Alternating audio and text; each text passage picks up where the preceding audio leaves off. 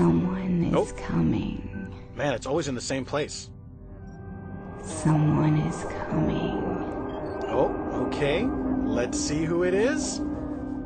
Gillian Jacobs. Oh, hi, Gillian. What happened? Where am I? Oh, Gillian, it's okay. It's What okay. is this place? Who are you? No, Gillian, it's all right. You're on the internet. It's me, Paul F. Tompkins. Who? Come on, you remember me. Oh, yeah. Oh, sorry, it's dark in here, and it's not like we see each other every day, you know? No, of course. And it's not like every day I get kidnapped by an acquaintance and end up in some weird cell. No, you're not kidnapped. Everything's okay, I swear. Are we the only people here? Are you about to tell me that no one can hear me if I scream? I can hear you. Damon. Well, who's this guy now? Gillian, this is Damon, my announcer. Hello. Enchanté. All right, Damon, that's a little... I have my own station. There's a microphone there. Great. I also have a chair. Okay. Damon, please just go back to your station. This is not helping. If you want any section of the newspaper, I'll be over here. Oh, that's quite an enticing offer. Paul, what's going on here? This is really, really creepy. 1 second I was at home, next thing I know I'm in this place. Okay, well, do you remember the last thing you did before you ended up here? The last thing I remember doing is I accidentally put my Spotify password into Pandora. See, sometimes this happens. People end up here through different ways, and it's never the same way twice. Well, how did you end up here? Exactly! Everyone has a different story. But look, you don't have anything to worry about. You'll get home safely, I promise. Until then, you're here with us on the internet. Well, where's that music coming from? Oh, that's Eben Schletter. He's playing the piano. See? Where? Oh, look through that sort of porthole thing with the green light coming out of it. Oh, yeah. Can he hear us? Eben? Yeah. Huh? See? Oh, well, can we hear him? Hello? No, we can only hear the piano. Hey, there's no door in there. Oh, no, I guess not. This is actually not getting any less creepy. Oh, please believe me, it's not weird. There's nothing weird about this. Who's talking? Who is that? I can hear voices. Oh, someone come find me! Who's that disembodied voice? Oh, you know, it's, Chris Hardwick. He's trapped in the internet. Oh my god! It's so cold here. So very, very cold. Look, I can explain everything. Most things. Just please trust me. Here, I'll play the story from Jen Kirkman, and you and I can talk. What's the story about? It's about a funeral. Oh, come on! See, not so bad. No. The fun story from Jen. Yeah. Everything's fine. Gillian, I'm glad you're here. It's nice to see you. Thanks, it's good to see you too, Paul. How have you been? Are you all right? No, I still don't know where I am. But other than that, I'm fine. In general, I'm fine. I'm glad. Do you, now, I hope this isn't going to sound creepy. Do you have your funeral arrangements all worked out? Well, Do you know if you want to be buried or burned up or... I want to be burned up. I know that. I think I do too. Yeah. But I was thinking before I get burned up, maybe I'll donate some organs and stuff. My grandmother donated her brain to science, and Did she really? yeah, she had Alzheimer's, and this is a very touching Paul F. Tompkins podcast. Like, It's a very special yeah, episode. very special episode about Alzheimer's. Look, it's pod sweeps, so we need stuff like this. The more you know. Do you know if they dissected it, if they studied it, if they... That's what she wanted. She wanted her brain to be studied. So, Like, and did she decide this when she had, like, the first glimmerings Yeah. of, like, oh, this is happening to me? Wow. Yeah. That's very generous. yeah, so I think I'd like to do the same. Now, here's... Whatever ailment I end up having. Hope it's something useful like Alzheimer's. What if it's psoriasis and they take all My your dad has skin? psoriasis. What? Does he get rid of his skin? My dad and all of his brothers have psoriasis. What? All of his brothers? Yeah, my dad's one of 13, 8 brothers. They all have psoriasis. Some of my cousins have psoriasis too, Paul. Wait, so he's one of 13, so the other one's sisters? Yes, And they 8, don't have psoriasis. not as many girls in my family have psoriasis as boys. I've never heard of such a thing. Yes. That it struck down a whole family. My dad has very severe psoriasis. I hope Ken Burns does a documentary about it. Dearest mother, I'm itching again. I have the silvery, flaky scales. I've tried ointments, unguents. Here's what I fear about the organ donation, and tell me if you've heard this. Okay.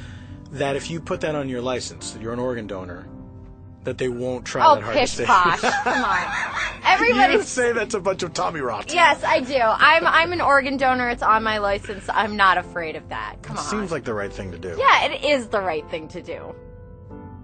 If anybody wants my appendix, my tonsils. Do you still have your appendix and tonsils? Yes. I guess they don't take out... I heard from a friend of mine who's a parent, whose little daughter had tonsillitis, that they don't take the tonsils out anymore. Really? That they- That's now considered barbaric? Exactly. They finally figured out a way to just squirt some medicine in there and not do invasive surgery on a child. Yeah, I never had that. I think the only thing I've had removed are my wisdom teeth. I still have mine. You do? Yeah.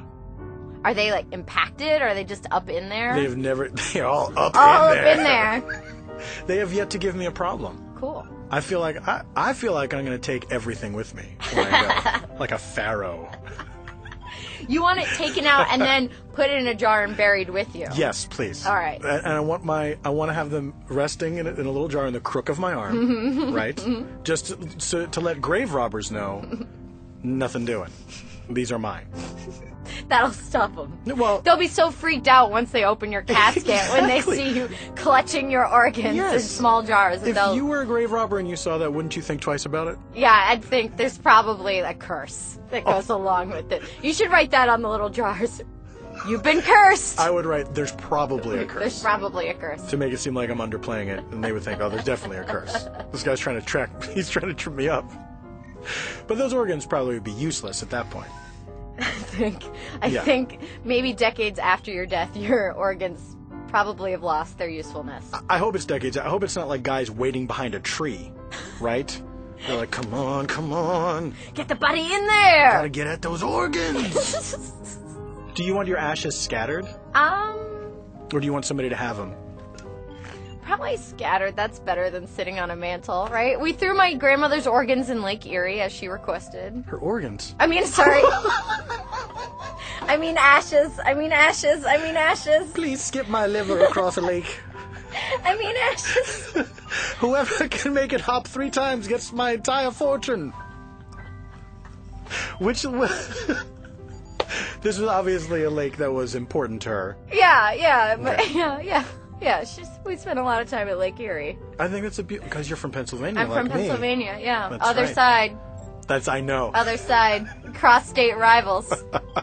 You can't just go to Pittsburgh and talk about the Phillies and expect We to not don't. get booed. We don't talk about the Phillies. I know. Remember Hillary Clinton did that, Did she? I think, in the 2008 campaign. She said, the Phillies just won the World Series. Boo! Boo! Yeah. No, we, I think, are closer to Ohio, and you guys are Yeah. more eastern seaboardy. Yes. Yeah, that's we true. don't have a lot in common.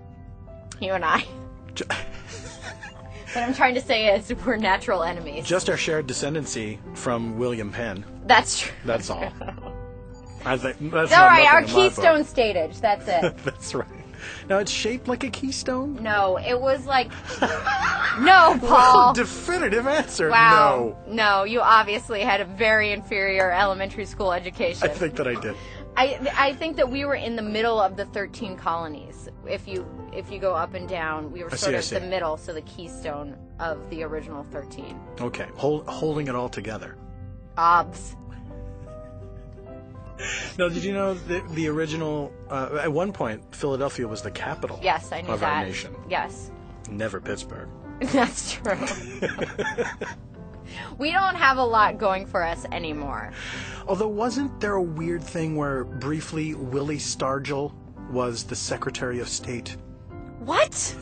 I know so little about sports that when you said Stargell, my palms started sweating. And I was like, oh God, I don't like where this is going. My sports knowledge ends when I was a kid. When Willie Stargell was a player in For what? baseball. Okay. In Major League Baseball. All right. That's when my sports knowledge ends. I've been watching some 24/7 on HBO recently.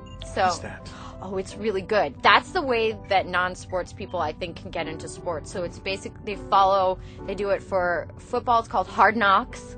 I watched 24/7 Road to the Winter Classic this year. That was hockey. I've watched some 24/7 on boxing where they'll follow 2 boxers leading up to a really big match. And now I'm watching a show called, That's a really great title, isn't it? 20 Love. It's following Manny Pacquiao's trainer. It's Freddie Roach. On with Freddie Roach. Yes. This legendary trainer. Yeah, and he has Parkinson's. Oh, and- I did not know yes, that. Yeah, it's amazing. Is he getting rid of any of his organs? I don't know. I watched his brother have a stroke in the second episode, so tying it back to medical issues. Like, the stroke didn't happen on camera. Yes, it did. What? Yes. Yes. Oh, my God. Yes. Earlier you watch him, he's doing the mitts, gloves things with some massive heavyweight who's basically, punching him, and he's holding these gloves, and then like an hour later, he can't stand up and he's having a stroke, and you watch him go to the hospital. Oh, my God. Mm-hmm. That makes me uneasy. I know. Gives me a bad feeling in the pit of my stomach. I don't want to see that. Well, it's riveting television. If you can get through Peter Berg, who did Friday Night Lights. Sure, absolutely. It's his show. All right. Freddie Roach. Why have I turned into an ad for HBO on your podcast? I'm not even talking about my own television show. I'm plugging. I've been secretly hired by HBO as some sort of viral marketing campaign. You got very briefly super sporty. I know. Just then. Did you watch Friday Night Lights? It's like my great shame. I have two great Do you want me to cut this part out? Yeah, cut this part out. Cut this part out. Cut this part out. I'm going to watch it all by the time that this is on the internet. So I can do an addendum and say that I've watched it all.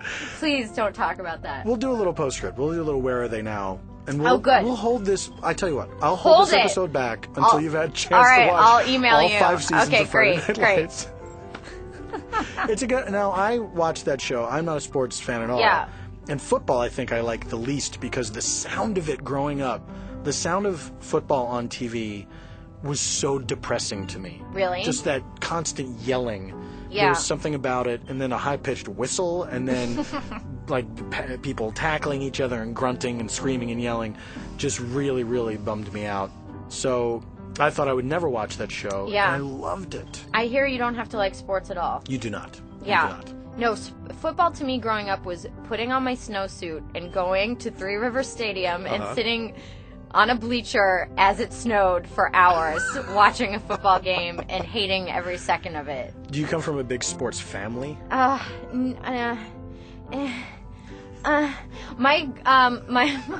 My mom's side of the family, no. My grandfather is under 5 feet tall and has a brittle bone condition, so he was not playing any sports. Now, hold on. Okay. Why is there not a 24/7 about him know. following this guy around? Him trying to get through the day, I know. Yeah, my grandfather has osteogenesis imperfecta. Yeah, I'm 5'3", and Do they have to put imperfecta in there? there's problems, okay? I know, There's some but- imperfections in his bones. No, of course. Well, we all know can't this, but then hide he that. has to say that I to know. people. And his the whites of his eyes have a slightly blue tint, which is for some reason a symptom of this ailment. So anytime he goes to the hospital, the doctor gets all the residents to come in and look at his eyes because it's so rare. That's... He has a blue tint to his sclera. FYI. Now, this is natural. A lot of people are doing this now with Now contacts. it's all the rage in Japan. Yes. But my grandpa comes to it naturally. If you go to Tokyo. Yeah, if you go to Tokyo, Everyone is dyeing blue the whites of their sclera eyes. is all the rage. But yeah. What is the condition called again? Osteogenesis imperfecta. Wow. So he has to be super careful about everything. Yeah, he actually was in World War II, and they said, "You're of no use to us," and sent him home, and he was very upset about that. How far did he get? He went over to Europe, but then they basically had him peeling potatoes, but then they said, if you fall off the stool while peeling potatoes, you're going to break all your bones, so he... he couldn't march, the pack was too heavy for him, so they sent him home. Oh, and a person of that generation, that killed him, right? That killed him, Yes. yeah. Now, somebody would be like, yes. Yeah. But my absolutely. grandfather was devastated by not being able to serve in World War II. Wow. Is he still with us? He's still with us. He's 94. He's beating the odds. He's 94. He's outlived all my other grandparents who had no major medical problems. Wow. Yeah. Their bones were nice and thick. He had to be carried on a pillow as a baby. He was that delicate.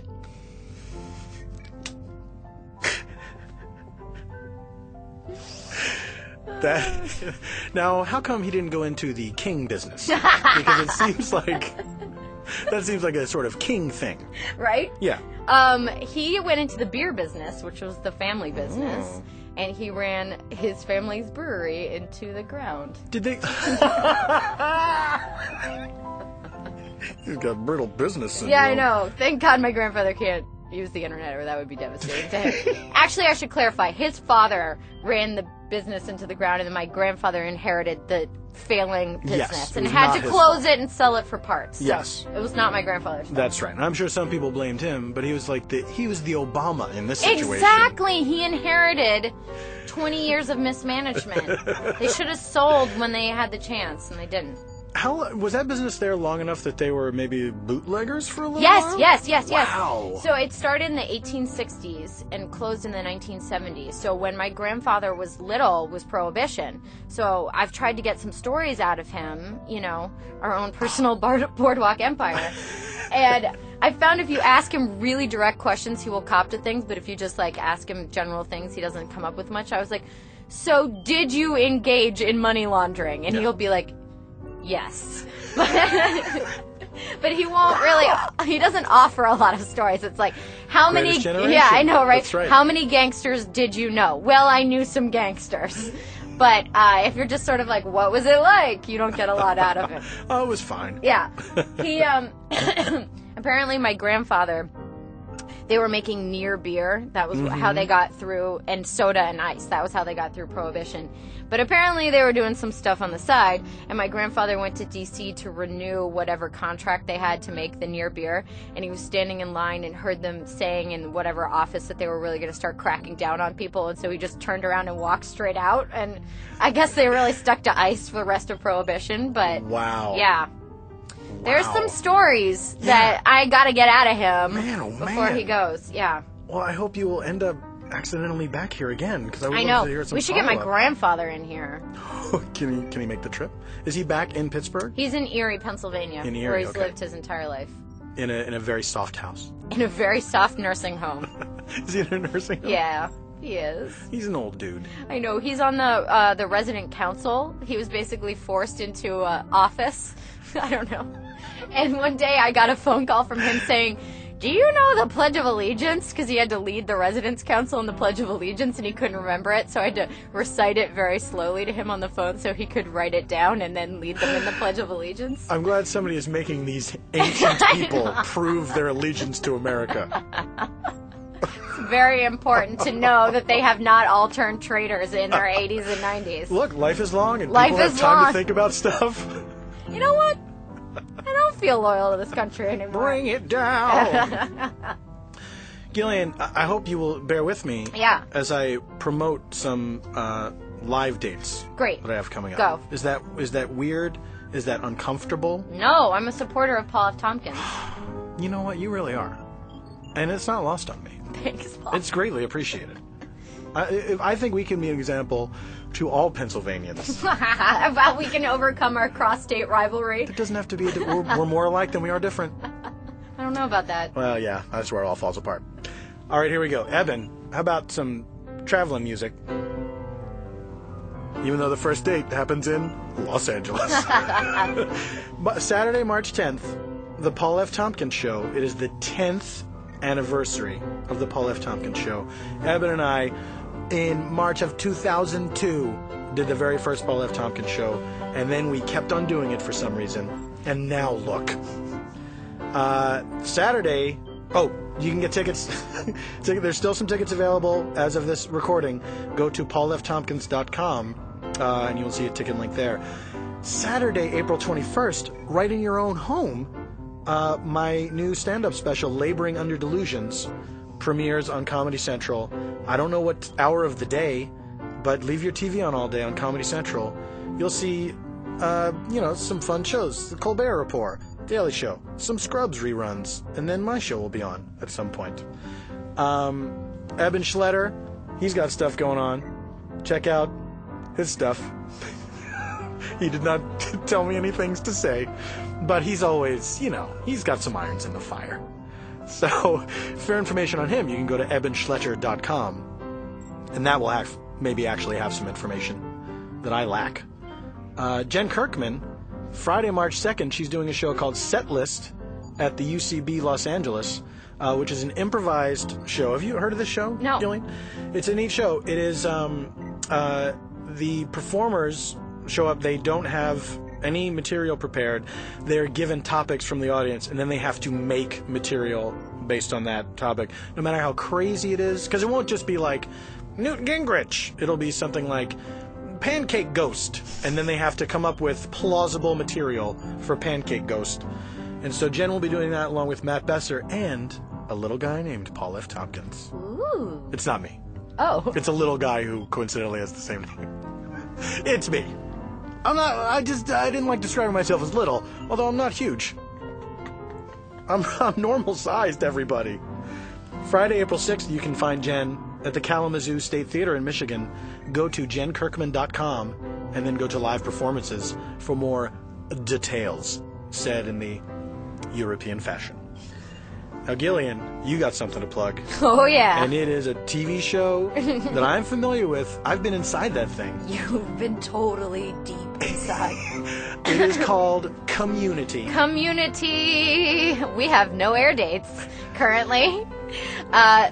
Stay tuned to, I don't know, my Twitter page at Gillian Jacobs, and I'm sure as soon as NBC gives us the air dates of our half a season of new episodes, I will inform you. So you do have new episodes that you are in the process of shooting, yes. but you just don't know when they're going to air. Yes, I am going to leave this tiny hot cell and go over to Paramount Studios That's to right. finish shooting our God willing, I'll get there. And yeah, we have, I'd say, probably like around 12 new episodes that will be airing. Wow. Yeah, the second half of season 3 will be on So at now- some point this year. Most of the cast is on Twitter. Pretty much everybody. Everyone but Chevy. Everyone but Chevy. Well, he's an older gentleman.